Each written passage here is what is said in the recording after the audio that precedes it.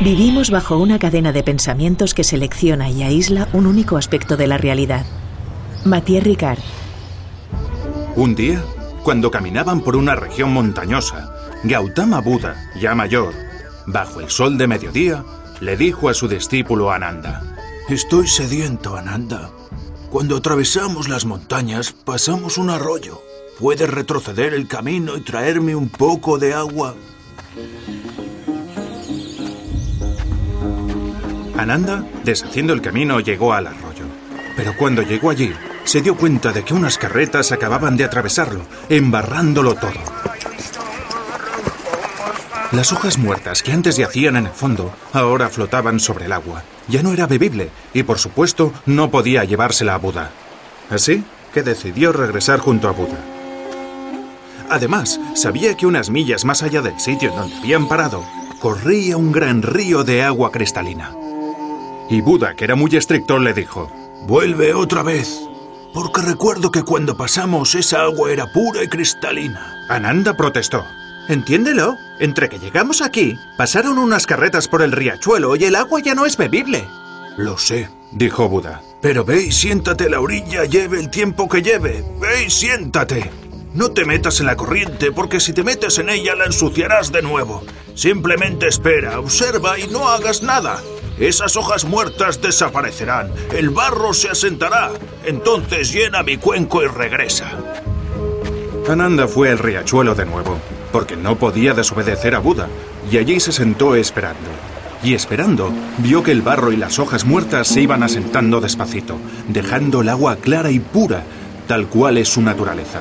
Llenó su cuenco y de regreso entendió lo que Buda trataba de decirle. Ananda, no te metas en el río. No sigas la corriente de tu mente. Espera en la orilla y simplemente observa. La naturaleza verdadera de tu mente es esa claridad cristalina, ensuciada por pensamientos y emociones pasajeros.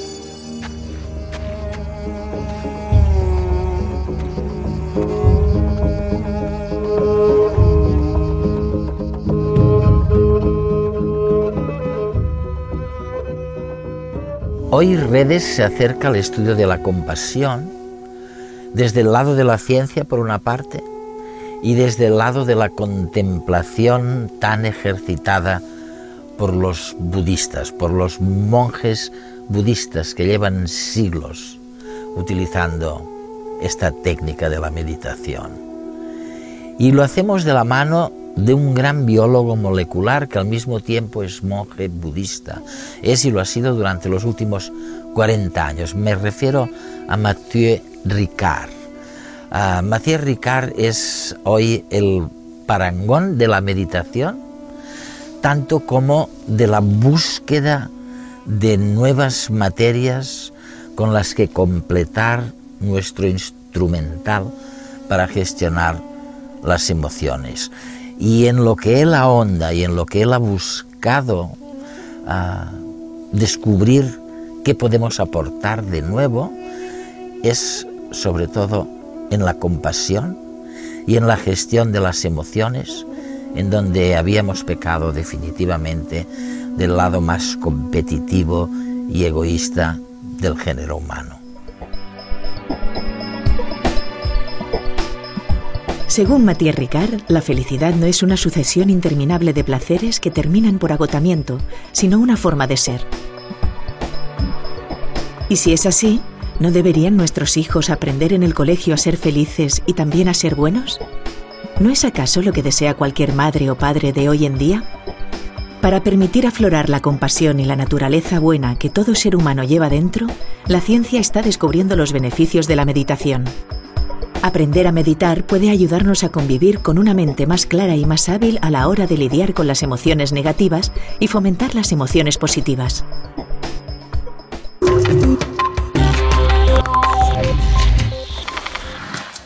Ricard Mathieu Ricard, nos encontramos hace varios años.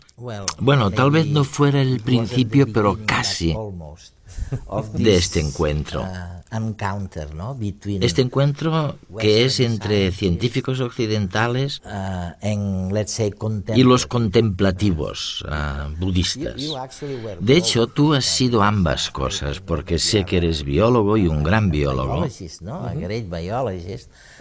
Pero a la vez cuentas con una larguísima experiencia como budista contemplativo.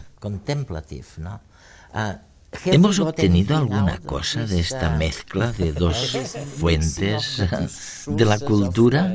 Sí. Creo que hay varias cosas nuevas en muchos ámbitos distintos. En el ámbito personal, resulta apasionante formar parte de una investigación tan pionera.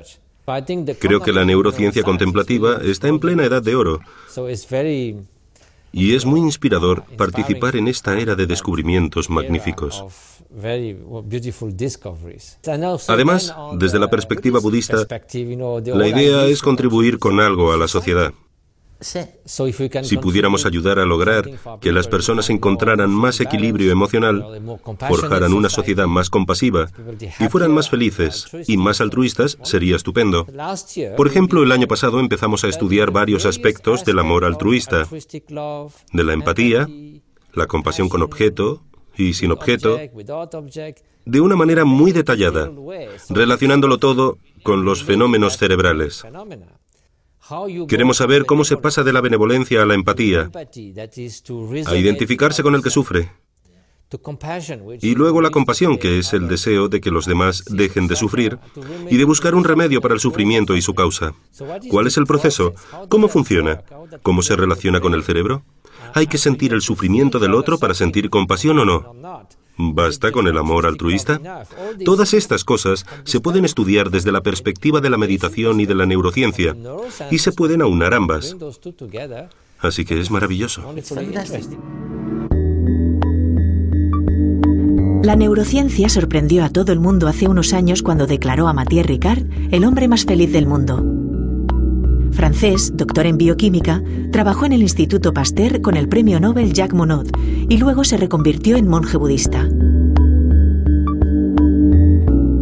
Ricard y otros meditadores de larga experiencia fueron sometidos a un exhaustivo experimento con escáneres cerebrales para medir las consecuencias de un tipo de meditación concreto en el que se genera un estado de amor y compasión pura, no enfocada hacia nada ni nadie en particular.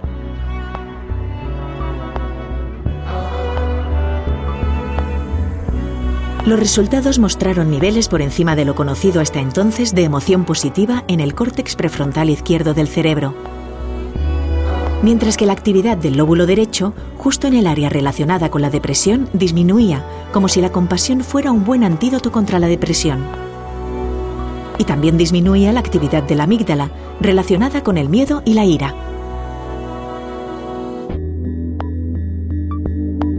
Otros estudios similares han demostrado que el nivel de atención de estos meditadores es mucho mayor que el del resto de población y pueden mantenerlo durante más tiempo. Pero, ¿qué ocurre con los meditadores novatos? ¿Hay algún beneficio para ellos? Para comprobarlo, un grupo de empleados de una empresa realizaron 30 minutos diarios de meditación durante 3 meses. A lo largo del estudio, los empleados reportaron un descenso en sus niveles de ansiedad y se pudo ver que se incrementaba la actividad de su córtex prefrontal izquierdo, es decir, sus emociones positivas. No desesperen. No es necesario meterse a monje ni perderse en una cueva de los Himalayas. Un poco de disciplina es suficiente para lograr cierto control mental y mejorar el nivel de felicidad en su vida. Es fantástico porque estas dos fuerzas que se unen tenían una idea muy diferente de lo que somos. Para gran parte de la ciencia occidental, el ser humano es intrínsecamente malo. Lo que hay es un culto al egoísmo. Eso es. Y me parece muy extraño, porque no encaja con los datos científicos, sino que se trata de una especie de distorsión a priori. Podemos verlo en la economía y en algunos aspectos de la evolución. Y también en algunos aspectos de la psicología. Hay toda una escuela filosófica llamada egoísmo psicológico, e incluso algo denominado egoísmo ético, que postula que somos egoístas y que eso está bien, que debemos serlo, que por qué preocuparnos. Hay que sobrevivir. Que por qué sentirnos culpables si no ayudamos a los demás. Me parece la receta perfecta para llegar a la catástrofe completa. Por no hablar de que es profundamente engañoso, porque presupone que cualquier conducta o motivación que parece altruista tiene siempre detrás una motivación egoísta. Una motivación subyacente, ¿no? Y se convierte en una especie de dogma. Además, en el psicoanálisis, prácticamente todo lo que hacemos está motivado por el yo. Si intenta ser bueno, es a costa de algo. Vamos, que no es demasiado bueno para tu estado mental. Esta negación del lado bueno de la naturaleza humana me parece terrible. Y es que cualquiera con sentido común vería que los datos sociológicos demuestran que el altruismo verdadero existe. Por supuesto que también somos egoístas a veces, y que hay personas más egoístas que altruistas, pero decir que el altruismo auténtico no existe es una tontería. Y sin embargo, muchos biólogos amigos míos han mantenido durante muchísimos años que no querían ni oír hablar del altruismo. No, pero mira los datos. Por ejemplo, las personas que rescataron familias en épocas de opresión, como con los judíos durante la ocupación nazi, hubo familias que intentaron protegerlos, que los escondieron en su casa. No eran parientes suyos, no pertenecían a la misma religión o al mismo acervo genético. Eran absolutos desconocidos y no podían esperar nada a cambio. Asumían riesgos enormes para sí mismos y para sus familias. ¿Cómo hablar ahí del gen egoísta? Ellos te dirán, por supuesto que tuvimos que hacerlo. Somos parte de la misma familia humana. A ver si puedes encontrar una motivación egoísta ahí. Imposible. Es una tontería, por eso hay que explicar la realidad. Pero Mathieu, ¿aceptarías entonces que al principio de este argumento, de este debate, o de esta discusión, el budismo estaba más cerca de la ciencia, en el sentido de que vuestro concepto de la naturaleza humana era bueno? Bueno, existe un potencial para el bien que siempre está ahí. Eso es. Es como si un pedacito de oro cayera en el fango y se quedara ahí mucho tiempo. Seguiría siendo oro y se podría pulir y limpiar luego. En cambio, si fuera un trozo de caliza, ya podrías pulirlo durante 100 años que seguiría sin convertirse en oro. Esto no es ingenuo. No es otro tipo de dogma. Se basa en la comprensión de cómo funciona la conciencia. En el budismo lo llamamos el aspecto luminoso de la mente. Evidentemente, es solo una metáfora. La mente no brilla en la oscuridad, pero ¿por qué hablamos de luz? Pues porque es como una antorcha con la que se enfocan varias cosas. La luz no se ve modificada por lo que ilumina. Si ilumina un montón de basura, no se vuelve sucia. Si ilumina un montón de oro, no se vuelve más cara. La naturaleza básica de la conciencia permite muchos contenidos distintos: el odio, el amor, los celos, el júbilo, todo. Pero la conciencia es la misma. Son conceptos mentales que se deben a muchas causas y condiciones, pero la naturaleza fundamental de la conciencia no está determinada. Tiene el potencial de ir en cualquier dirección. La idea es que, incluso de un modo experimental, si miramos la mente, la conciencia básica está detrás de cada pensamiento, de cada emoción. Siempre está ahí y no está condicionada. Somos conscientes y eso permite la transformación de la mente.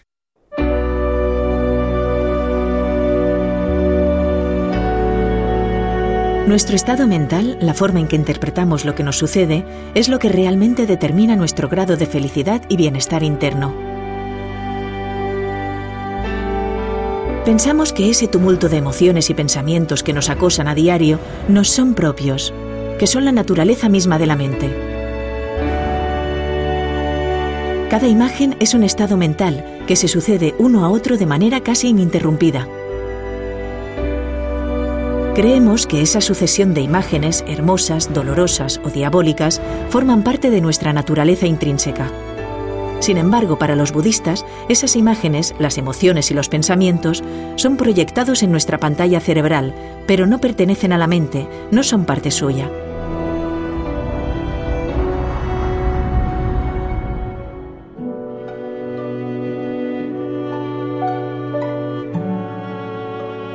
Los meditadores son capaces de percibir y enfocar su atención en lo que hay detrás del flujo continuo de pensamiento, es decir, a la claridad de la pantalla. A esto lo denominan el aspecto luminoso de la mente o conciencia pura, en donde yace la capacidad de conocer. Subestimamos la capacidad que tenemos de transformar nuestra mente. Sin embargo, entrenarnos en fijar nuestra atención en dicha claridad nos ayuda a lograr un estado de ecuanimidad o imparcialidad interna que evita que nuestras emociones y pensamientos nos arrasen. Si conseguimos modificar nuestra mente, podemos cambiar nuestro mundo interior. Una tarea más fácil y más a nuestro alcance que el cambiar las circunstancias externas del mundo en que vivimos. Has estado contemplando como budista y como científico, que has sido siempre, durante más de 20 años, ¿no? ¿En el Tíbet? 40 años, sí. 40 años, sí. Increíble. Tras 40 años, ¿cuáles crees que son las cosas de las que nosotros, en el resto del mundo, nos podemos beneficiar más según tu investigación y tu experiencia concreta? Creo que es importante conseguir la libertad interior de este proceso mental de odio, celos, arrogancia, deseo obsesivo, con el altruismo y compasión que surgen de esa libertad. Me parece que esto es lo que la humanidad necesita por encima de todo. Necesitamos una sociedad más compasiva. Ahora somos interdependientes, así que, si no cooperamos, todos seremos perdedores. ¿Y a qué nos referimos por sociedad compasiva? Nos referimos a una en la que tengamos consideración por los demás. Nos preocupemos por el prójimo. Mira la economía. Todos estos escándalos y crisis son producto del exceso de codicia, de personas a las que no les importa realmente los ahorros que manipulan. ¿Por qué disminuye la calidad de vida? ¿Por qué existe una brecha tan grande entre el norte y el sur? ¿Por qué hay toda esta pobreza? El mundo podría solucionarlo todo fácilmente con los recursos que tenemos. El altruismo es el único rasgo que podría abordar el presente, el medio plazo y el largo plazo. Y esto conduciría con toda probabilidad a grandes reformas en el sistema educativo, ¿no? Bueno, tiene que hacerlo, sí. No tengo hijos, aunque sí participo en 40 proyectos humanitarios con 15.000 niños para los que construimos escuelas. Así que cuento con cierta experiencia tratando con niños. ¿Y qué esperamos cuando educamos a los niños? Convertirlos en seres humanos buenos, personas que sean felices en la vida, que no estén deprimidas y se suiciden. ¿Acaso basta con desarrollar su inteligencia y llenarles la cabeza de información sin desarrollar ninguna cualidad humana? Queremos personas buenas y equilibradas. Pero la educación parece estar interesada en cualquier cosa, salvo eso. Por tanto, hay algo que claramente falta. Lo que está sugiriendo es que probablemente no deberíamos preocuparnos tanto de los contenidos académicos y sí un poco más de las cualidades humanas necesarias para ser felices. Por supuesto. Solamente estamos cultivando herramientas. La inteligencia es una herramienta, la información es una herramienta. Y una herramienta se puede utilizar de un modo constructivo, de un modo destructivo, o se puede desaprovechar. Se puede usar un martillo para construir una casa, para destruirla, o bien se puede desperdiciar el martillo dejándolo en un cajón y no utilizándolo nunca. Así que una herramienta por sí misma, sin una intención, sin una actitud, sin un valor, no es absolutamente nada.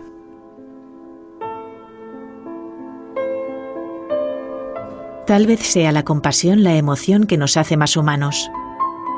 No podemos experimentar compasión por nosotros mismos como seres aislados, sino que ésta surge en relación con el otro. Nuestra individualidad, de algún modo, se suaviza al entrar en relación con el dolor y la necesidad de los demás, promoviendo en nuestro interior el deseo de ayudarlos. La filosofía budista considera que la naturaleza real del hombre es compasiva, y parte de su entrenamiento mental está dirigido a fomentar esa compleja emoción. Durante el entrenamiento, la parte emocional que nos conmueve y abruma, cuando por vez primera observamos el dolor ajeno, deja paso con el tiempo a una compasión más sosegada, aunque igualmente profunda. Un punto de vista bien distinto del de Occidente, donde tradicionalmente nos hemos reconocido especiales y distintos al resto de la naturaleza. Al comienzo, la idea de la supervivencia del más apto fue llevada a extremos por algunos filósofos del siglo XIX, como Herbert Spencer, quien declaró: «Al débil y al estúpido de la raza se le ha de dejar morir, de modo que el fuerte pueda sobrevivir y la raza humana en su conjunto progresar hacia mayores perfecciones».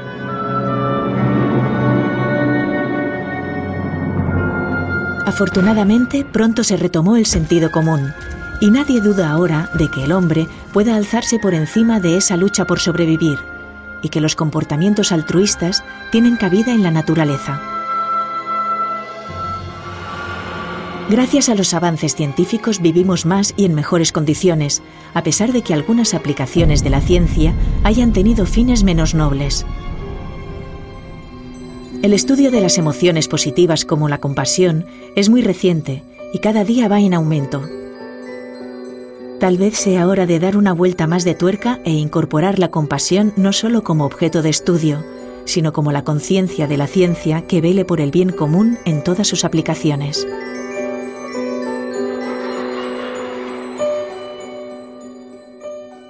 ¿Te puedo pedir un consejo? Sí, claro. Sé que uno de los grandes descubrimientos de la contemplación, del budismo, ha sido justamente perfeccionar la atención, la primera fase del conocimiento, por así decirlo,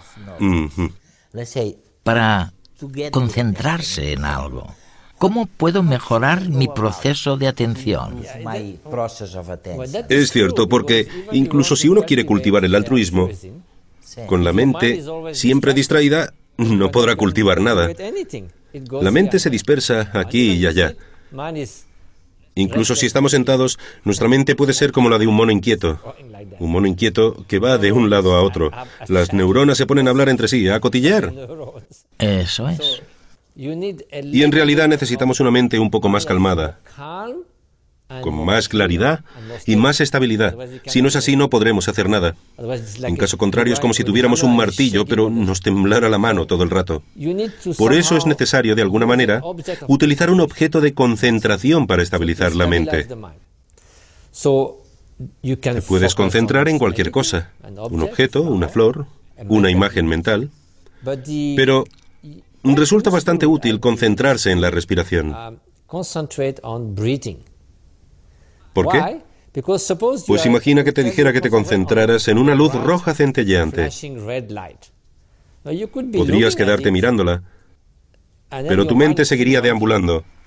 Mientras que, si te concentras en la respiración, no puedes verla. Es muy sutil.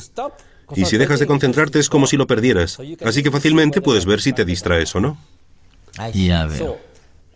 Con la respiración solamente ves la sensación. Cuando respiras por la nariz tienes una ligera sensación en los orificios nasales. Y se trata de quedarse sentado tranquilamente, pensar en respirar por la nariz y luego notar la sensación del aire que sale y entra. Así. Unas 21 veces, o unos 10 minutos. Hacerlo permite calmar la mente. Muchas personas te dirán, no, yo no valgo para eso. Tras 3 minutos mi mente está completamente distraída. Es normal, no es culpa de la meditación, es porque la mente no está entrenada. Y si no perseveras, nunca aprenderás nada. Así que, en lugar de tener remordimientos o sentirte culpable con ideas como, yo no valgo para esto, o cosas así, que al final no dejan de ser más distracción, en cuanto descubras que te has distraído, no pasa nada. Tienes que volver a la respiración. Luego, si lo haces durante un rato y lo repites regularmente, verás que la mente se calma, se vuelve más clara y que puedes utilizar esta mente un poco más flexible para cultivar el altruismo, la compasión o lo que quieras. Con la meditación o sin ella, vamos a tener que aprender aquellas materias o habilidades nuevas que no nos han prodigado los sistemas educativos hasta ahora, que son absolutamente necesarias para tener una visión un poco más correcta, menos egoísta, más compasiva del mundo y de nuestras relaciones humanas. Mathieu Ricard se ha referido sobre todo a temas como el de la focalización de la atención, el saber trabajar en equipo de manera cooperativa en lugar de solo competitiva, el solucionar conflictos de manera mucho más innovadora y, en definitiva, de mirar a la naturaleza con mayor transparencia, con mayor claridad. Es igual que el deportista que ha entrenado su cuerpo para hacer determinadas cosas. De la misma manera, nosotros tenemos que entrenar la mente para conseguir los objetivos que nos proponemos. Además de meditar sobre la compasión, hemos de llevarla a la acción. Mathieu Ricard.